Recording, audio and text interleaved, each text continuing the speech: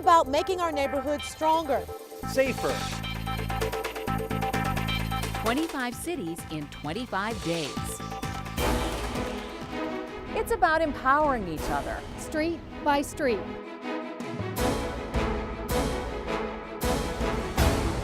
Building better neighborhoods, keeping you safe where you live, is brought to you by Great Clips. It's gonna be great. Good evening. I'm Danita Harris here with Chris Flanagan, Lee Jordan, Leon Bibb, and Tracy Carlos. Welcome to Building Better Neighborhoods, keeping you safe where you live. We'll spend the next half hour telling you about News Channel 5's On Your Side initiative that enables you to get involved in your community right on the street where you live. We want to help you be the eyes and ears of your local police department and get to know your neighbors. This is about bringing back a sense of community where you live by looking out for each other and by helping each other. We've chosen 5 communities in 5 counties here in Northeast Ohio, a total of 25 cities, villages, and townships that all have something special to offer its residents and visitors.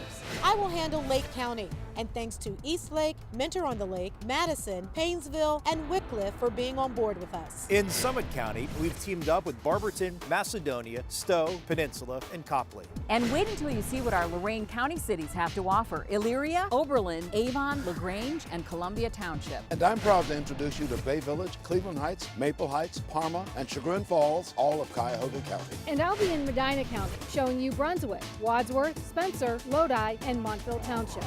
Now, here's how this will work. Starting Monday, March 24th, we will visit each of these communities, 25 of them in 25 days. We will show you what's unique about each community, what's quirky, letting you know what makes each a great place to live. It's fun to live in Avon because you don't have to go very far to get whatever you need. I like Maple Heights because it's quiet. I feel secure. I feel comfortable. I stay right around the corner from the police station, so of course I feel safe. For me, Bay Village is a great place to live because it's out of the mainstream. I'm not, right in the midst of traffic everywhere I go. I love being near the lake. I love the community as a whole. Each of these cities, villages, and townships have agreed to then identify 5 streets or neighborhoods to come together for a safety forum or be trained to become block watch neighborhoods. We all know crime can happen anywhere, and the best deterrent to crime is for everyone to get involved and be proactive. Work together to make sure your community is as safe as it can be. As one police chief said, "I love nosy neighbors." The best thing any resident can do is know their neighbors, know what their neighbor's routine is, so to speak. That way they know what's suspicious in their neighborhood, and they can report that suspicious activity to us. A successful city goes as much as its residents do, that we all have to be in this together. We can't, sit around and close our drapes and shut our lights off and pretend like there's nothing going on outside. When residents, police, and city officials all work together, it's a win for everyone. When we visit each community and tell you about it, we'll let you know which 5 streets or neighborhoods were chosen by the community to come together to form a block watch or safety forum. Then, we want the whole city, town, village, or township to vote on one of those streets or neighborhoods to become the News Channel 5 featured neighborhood. You can do this by simply going to newsnet5.com/BBN or look for Building Better Neighborhoods on the hot list of our homepage. Click on that to take you to our BBN page. Use your smartphone, tablet, or computer to vote. Let's make this like a football rivalry. Vote as many times as you want for 1 week after your city is featured. Get involved. The neighborhood with the most votes will get a News Channel 5 Building Better Neighborhood sign. And get this, we'll then come back out again to each community, 25 neighborhoods in 25 days, and show you the featured street or neighborhood winner. That starts later this spring. What's important to remember is this whole project is about getting to know your neighbors. This is my old neighborhood. I grew up here. Everyone knew everyone. I knew everybody who lived in each of these houses here. And I knew what each father did for a living. And if a mother in one of these houses told me it was time for me to go home, I went home. No questions asked. So, as part of this project, we have teamed up with a free app called Nextdoor. It is a private social network just for your neighborhood. It was launched nationwide more than 2 years ago and allows neighbors to communicate with each other to build stronger, safer neighborhoods. But what we found is that the closest people to you, your neighbors, are the ones who can actually help you immediately in a time of crisis. We all know that in the last few decades, technology has changed the way we live. The goal of Nextdoor is to bring back that sense of community by realizing the technology we use today. It's free and it's private, meaning you have to verify that you live in the neighborhood even to be allowed to see any of the conversations or participate. You can also use the app to organize events, report suspicious activity, or ask for help or advice. People love it. Every neighborhood is unique about their wants and their needs and their comments and concerns. There's a story in a Cleveland Heights neighborhood where they actually get together to shovel the sidewalk as a group, as a team, as a neighborhood, as a community. In the neighborhood where I now live, we've been getting together for block parties for many years. You always know where the party is going to be because the host neighbor puts out a pink flamingo right in the front yard, the party spot. And if a guy across the street knows that he's going to be away for a few days and is expecting some packages to be delivered to the front porch, he simply asks a neighbor, "Pick up my packages, won't you?" And we do. Neighbors helping neighbors. What could be better? Our project, Building Better Neighborhoods, Keeping You Safe Where You Live, also has the endorsement of the Ohio Attorney General's office. Attorney General Mike DeWine's office is all about making sure people feel and stay safe where they live. And we're glad they're on board with our project. Police really depend on you and me to do our part. And part of that is looking out for each other. When each of our cities holds their community meeting, the Attorney General's office will either send a spokesperson to talk to neighbors or send information cards for residents to keep. The goal of this office is to protect Ohio families by working to help people resolve consumer issues. We get about 30,000, if you can believe that, about 30,000 phone calls every year from people who believe that they have been ripped off. The AG's office investigates scams and deceptive practices. They can assist if someone should become a target of identity theft and can help people recover compensation if they become a victim of crime. And so we encourage people to call the Attorney General's office. The Attorney General's team is there to advocate for you. The 25 cities, villages, and townships that we are working with all deserve a big kudos because they have many good things happening. The mayors, city managers, trustees, and the safety forces in each all feel that it is important to connect with their residents to let them know that they care about them. And hey, when people feel cared about, they step up. It's like that fictitious bar Cheers from the TV sitcom where everybody knows your name. Next, a taste of what's coming. We will take you to 5 of our 25 cities to show you what they have to offer. Here in Mentor on the Lake, the schools are great. My kids love it. Low crime, and it's a great place to raise a family. Lodi is a small community that takes a lot of pride in its little town center here. Maple Heights, I like it. It's a good community. I get along with everybody, so it's okay.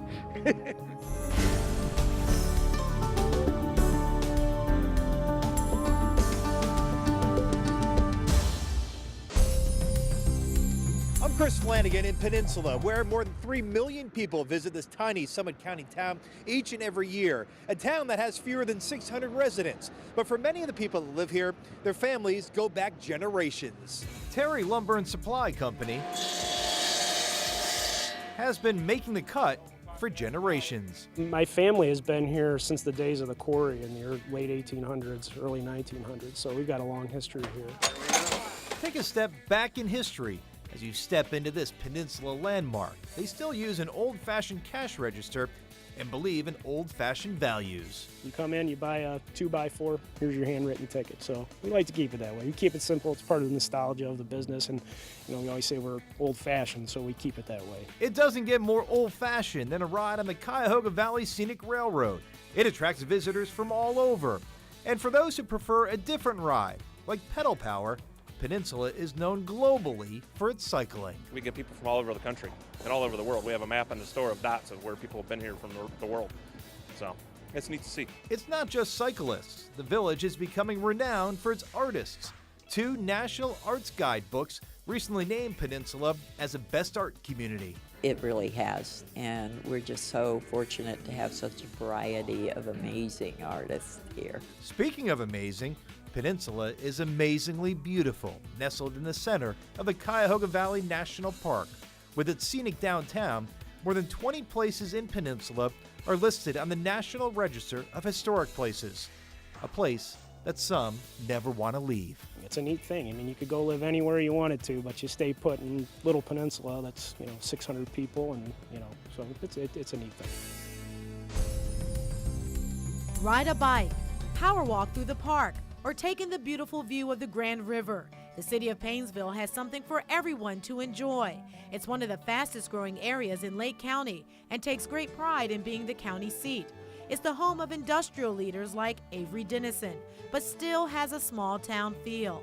I talked to City Manager Tony Carson about a new project that will bring more energy to the downtown area. We're going to bring a mixed use of some new businesses and some apartments and housing and to the downtown Painesville area, and that actually will be a good complement to our already great, fantastic historic downtown. Main Street is home to many small businesses, shops, and good places to satisfy your sweet tooth, like Gartman's Model Bakery, which has been serving up tasty treats for almost 100 years. The number one thing about Painesville people, they're friendly, they care about each other, they will do things. I've had customers come in and help, say somebody comes in and they're a couple dollars short.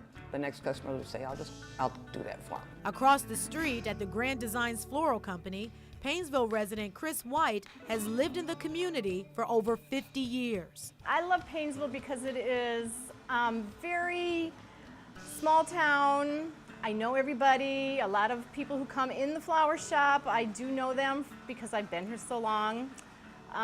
Everybody knows everybody. This is Veterans Park.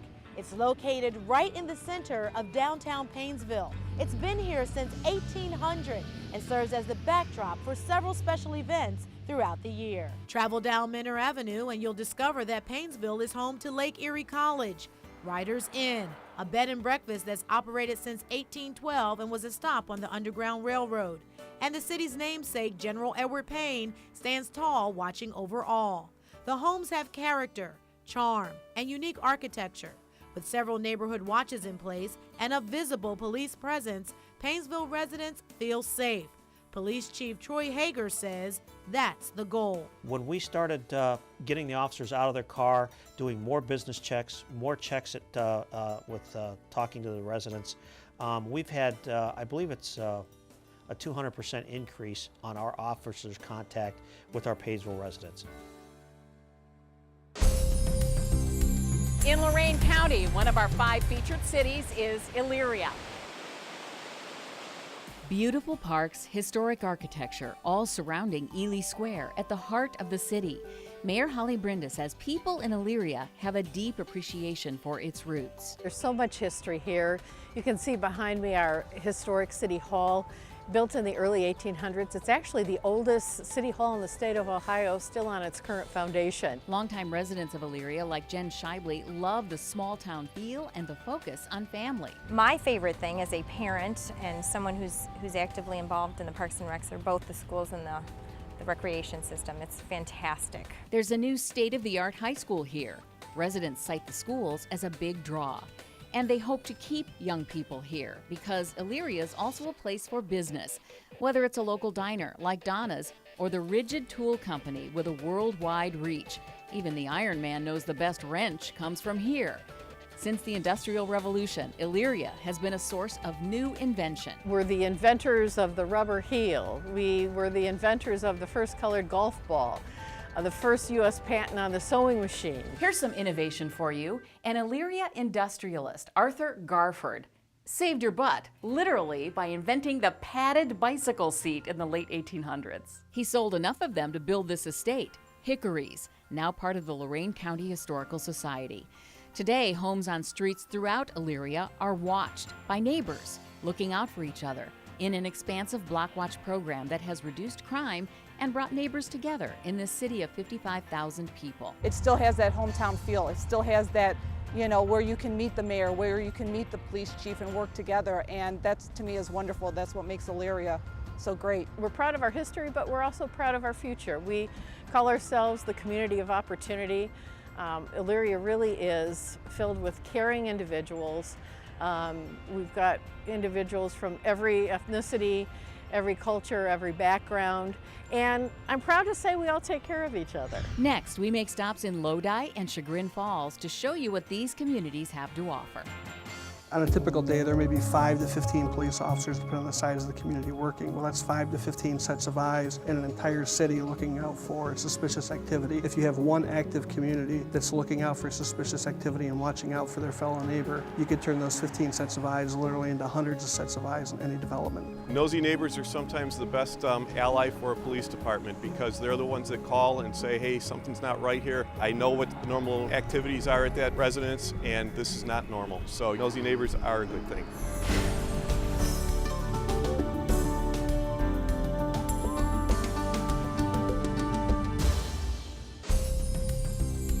I'll be showing you 5 featured cities in Medina County, and Lodi is one of them.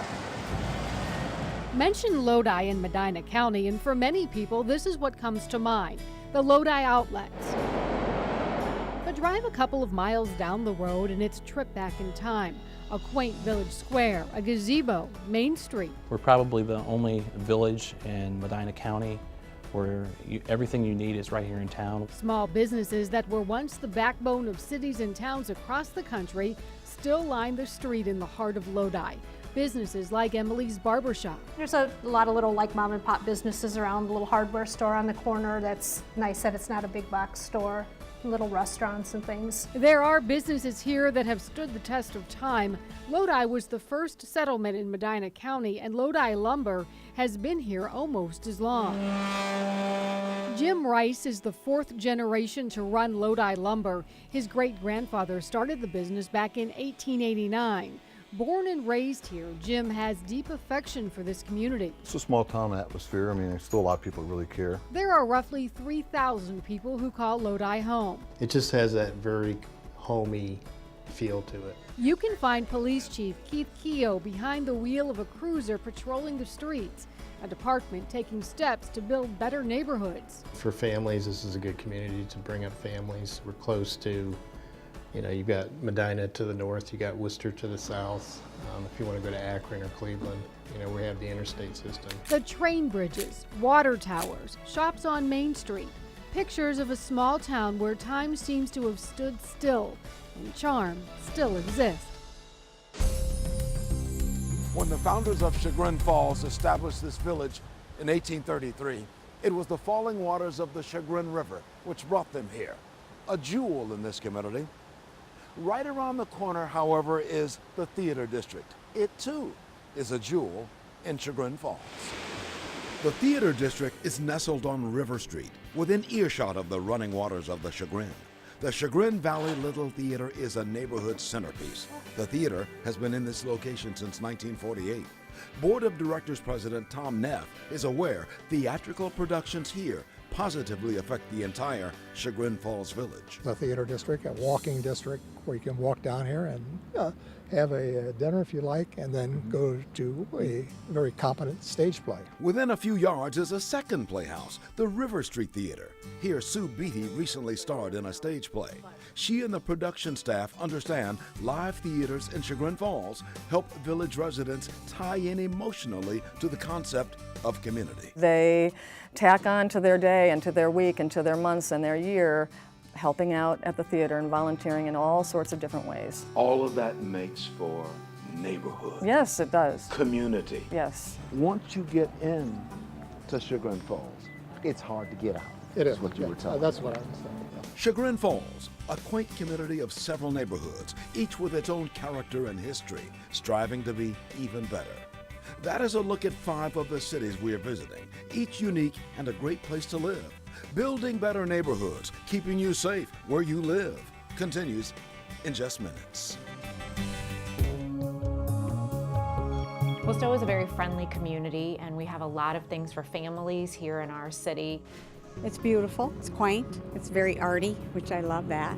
I love Maple Heights. I graduated from Maple Heights High School in 1959. All my children graduated from Maple Heights High School, and I watched them build Mapletown.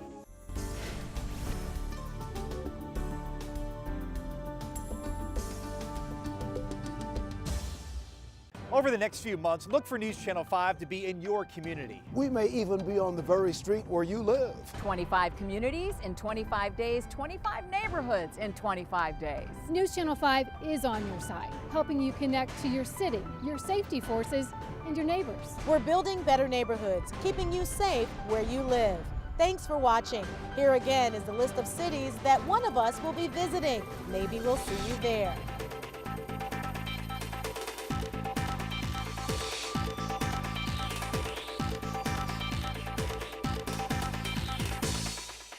Building better neighborhoods, keeping you safe where you live, has been brought to you by Great Clips. It's gonna be great.